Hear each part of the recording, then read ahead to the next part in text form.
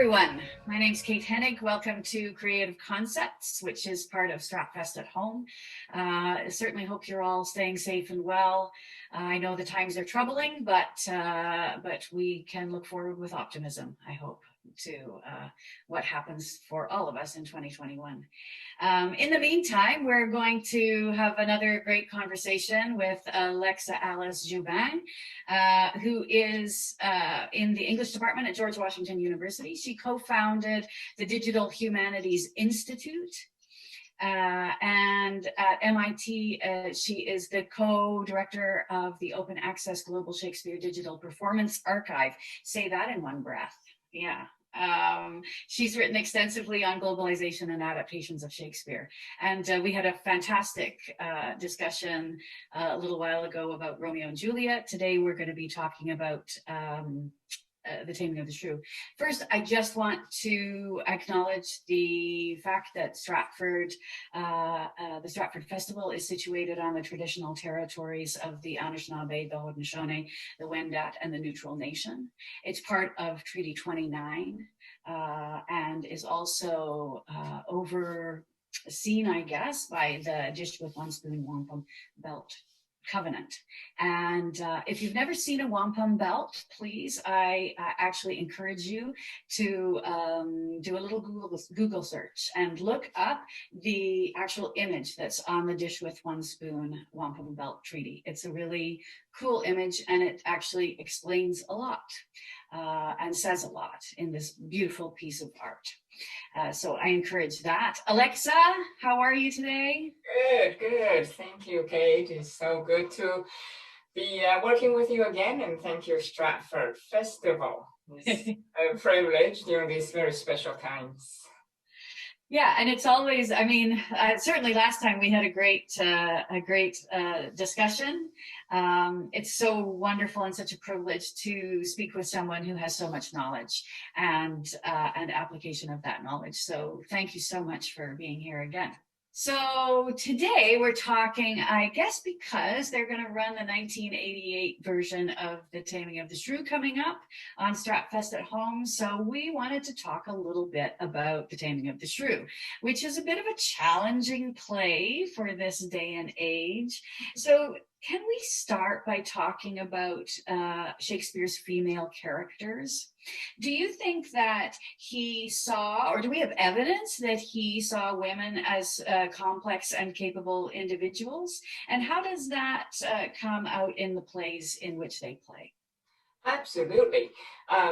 Shakespeare being a successful playwright, commercially successful as well as artistically, is uniquely poised to capture human conditions and creating characters, male, female, exotic, Jewish, all of this, a lot of them are well-rounded and really complex. That is why the stories are compelling. Shakespeare lived in a different time from us, and therefore they would be biased against women. Historically, that is true. And yet, remember, Shakespeare is a playwright. He's here to give you what you don't experience in life. You can interpret this feature of his playwriting in many different ways. Some would say it's politically progressive. Others say it's artistically imaginative. But whatever it is, there are so many female characters who will capture our attention. Portia in The Merchant of Venice really takes over the show. Lady Macbeth, I think the play should be named after her.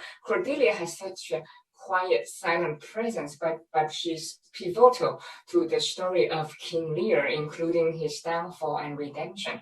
So we have all of these examples of really fascinating, colorful, unique female characters. Now, what they do and say may arguably be quite different from what women in real life in Shakespeare's England could do and say. But I think that's the role of literature, of drama, to allow us to imagine the world as they can be. I agree.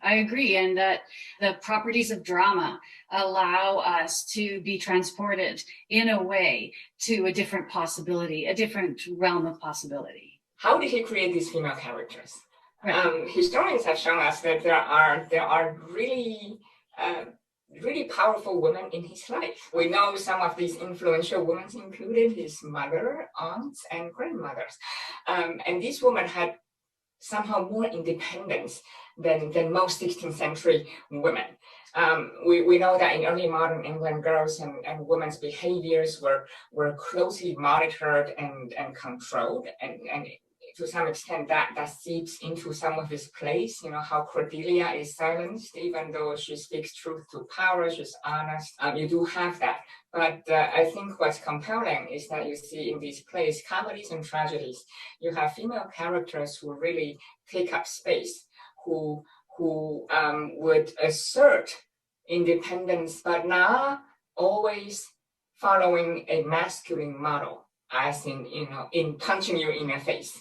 If someone is quiet, it doesn't mean that she is not necessarily empowered or assertive, right? And reading these stories, I've been rethinking, what does assertion mean? What does lean in mean? Do you have to power dress and power talk? Or perhaps there are diverse models of doing that, right? Empowerment, does it mean sharing power with someone else, with fellow women?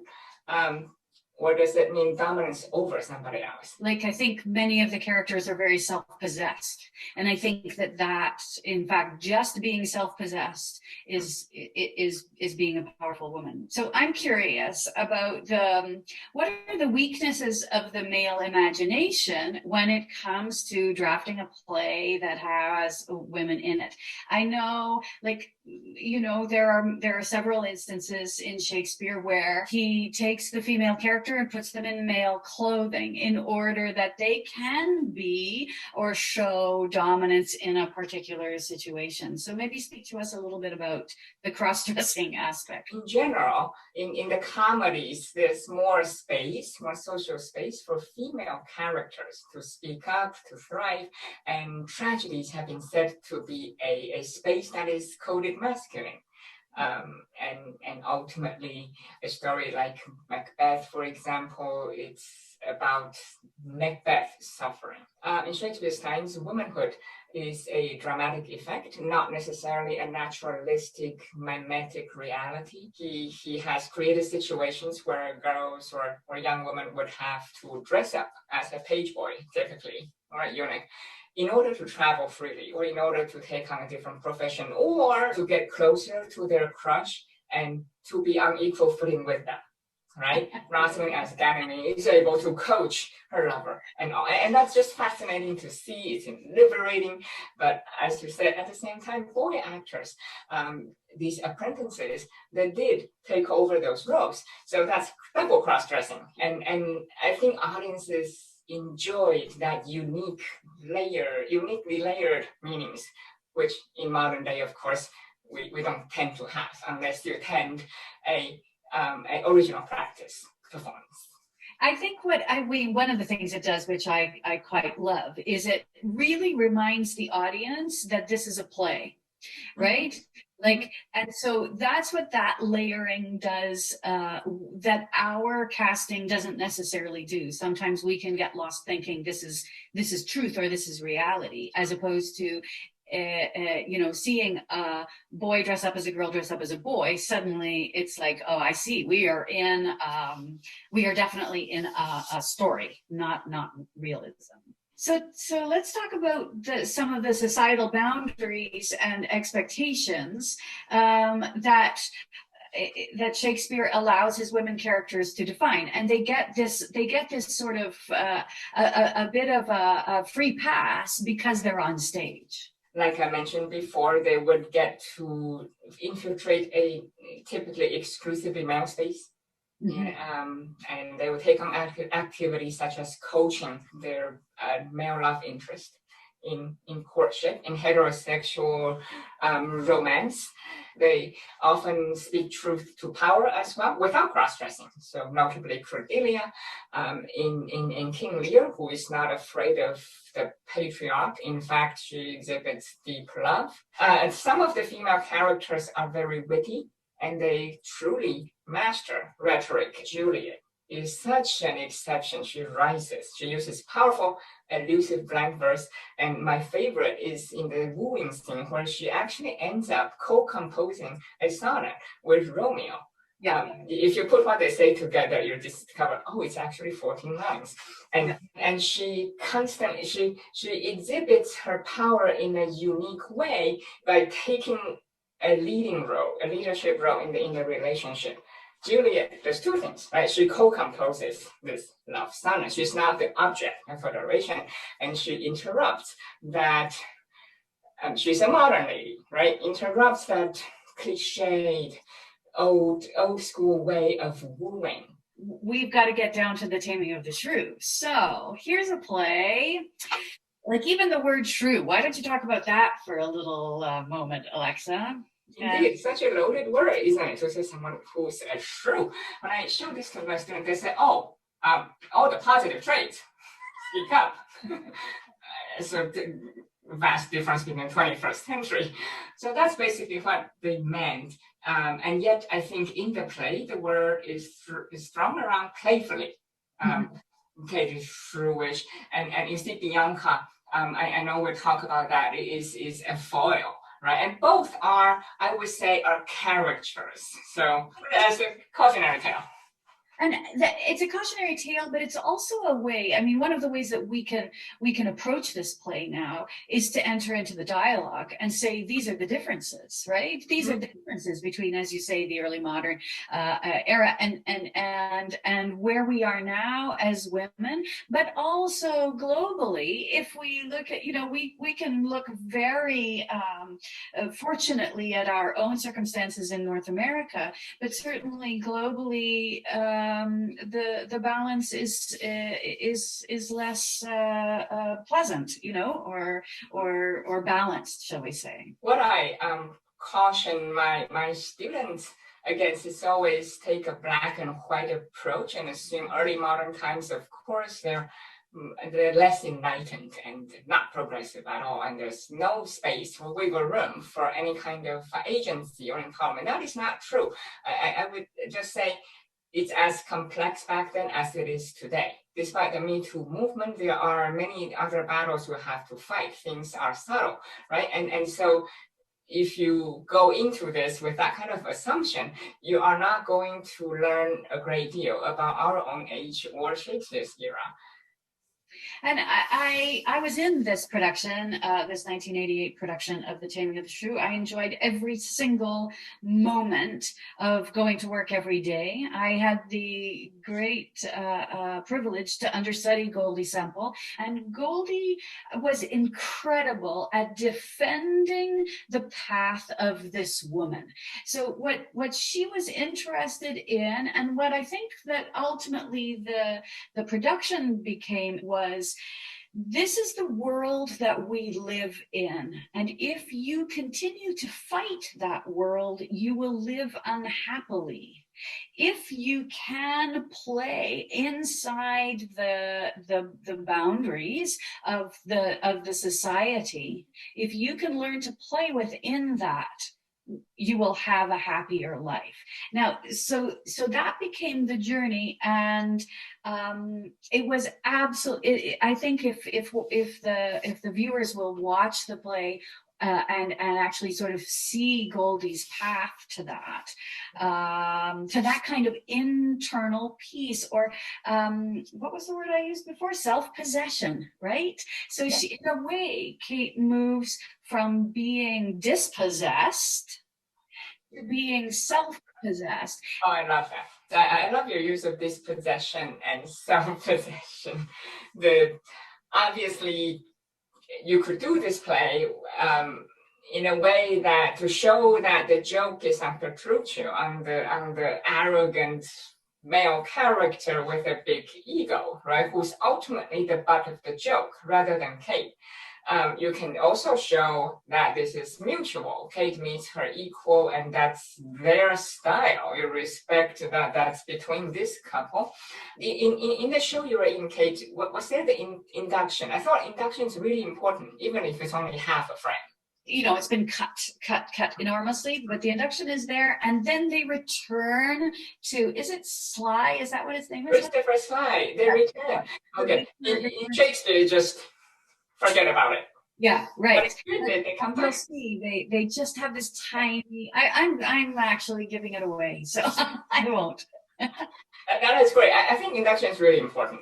Yeah. It really is a big wink. It's like this Christopher Sly is a drunkard, and this whole thing is for his entertainment, is to mock him, right? And that's why things are so exaggerated. As my friend Tim Carroll would say, it's very makey-uppy, right? It's definitely a play. This is something, and so again, we get so obsessed, I think, in our current days about theater being realistic, but realism was just not part of what was going on, or naturalism. It's not part of what their vocabulary was. It's much closer to a farce. A lot of these, Merchant of Venice was a comedy in Shakespeare's days. Of course, there are all sorts of political problems with that. Not saying that is correct, but if you want pure Shakespeare, you would have to accept and acknowledge that Merchant of Venice is a comedy at the expense of Shylock. How could that be? So I think we are unable to see certain plays as they were. Yeah. Same with Taming of the Shrew.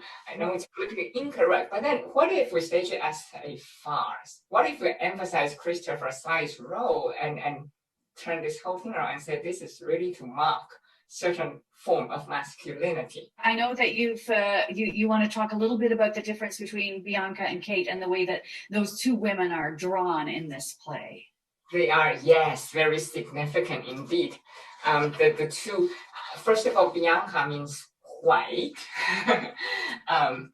hinting at some kind of purity. Like I said before, my reading is that this pair, they are foils to each other, but also largely a caricature. You can see how exaggerated Bianca is. Mostly, she doesn't have many scenes. People describe her, right? We hear about her, especially her, and so of course she's set up as a desirable object. To contrast Catherine, who uses strong satirical language. But interestingly, she's actually a more colorful character. They are diametrically opposed, just linguistically, how people talk about them.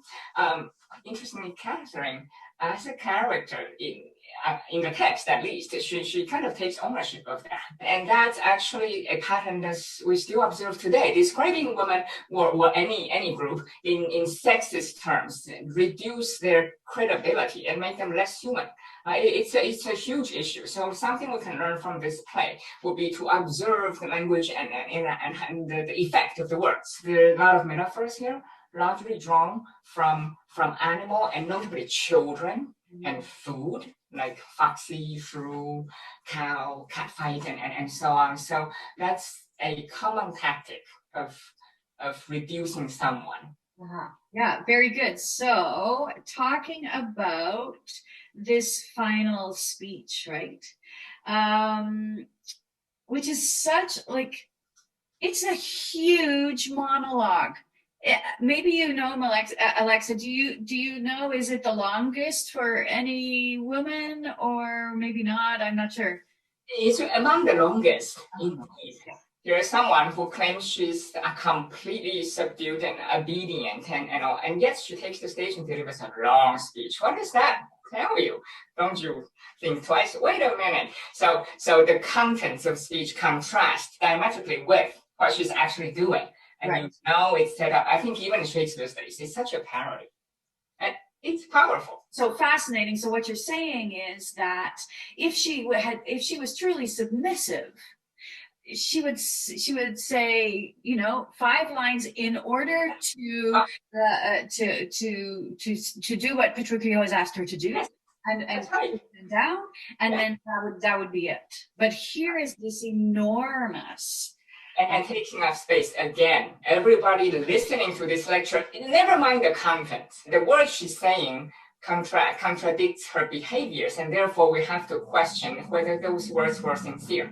And also, if you think about Act 1 and Act 5, in the beginning, what is Kate doing? She's persecuting another woman, Bianca, her sister. What is she doing in Act 5? The same behavior. She's dragging Bianca and the widow out, appropriately the speech is for them, right?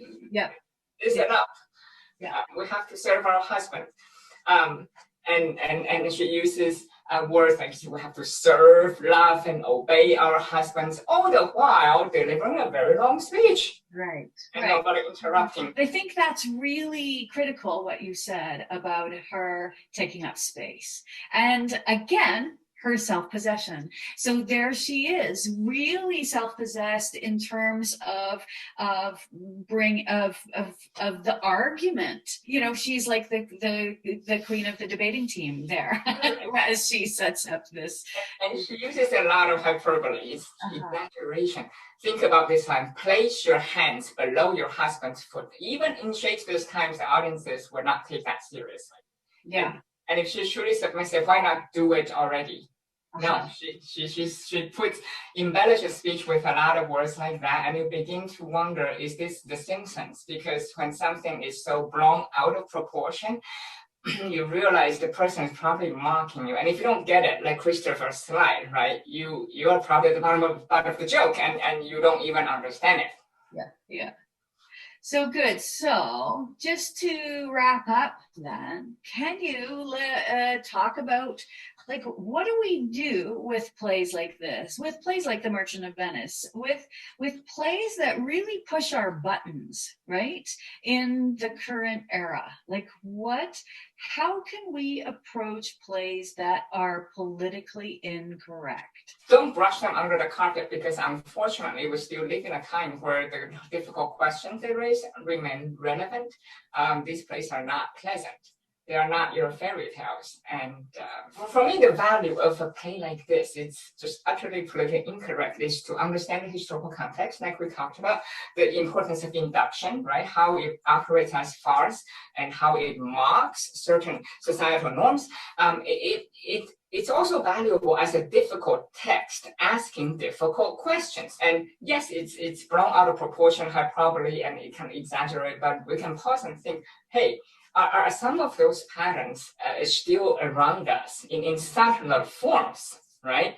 It's not someone will go around and tame his girlfriend, but rather, some of the rhetoric and a text like this can make a contribution in opening our eyes and making us sensitive to that. I think that's great. I think that, as long as plays keep on asking the questions, or that we allow the plays to ask the questions, and we can then enter into the discussion, and we don't have to agree with the play. We don't have to agree with the play. Honestly, as I said, I enjoyed every second of my work on that production in 1988. It will be one that lives in my heart for my entire life. It really was an incredible.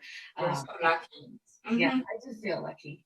So thank you so much, Alexa Alice Joubin, once again, for being with us here. Thank you to all of you who are watching at home on Stratfest at Home. Thank you to Creative Concepts and all of the people who are working to bring this content to you. Please take care of yourself, Alexa. I know that things are difficult where you live, so we'll be thinking of you and sending you our best. Thank you, Kate. Thank you all who are watching. Thank you for spending time with us. Yep. Bye now. Bye.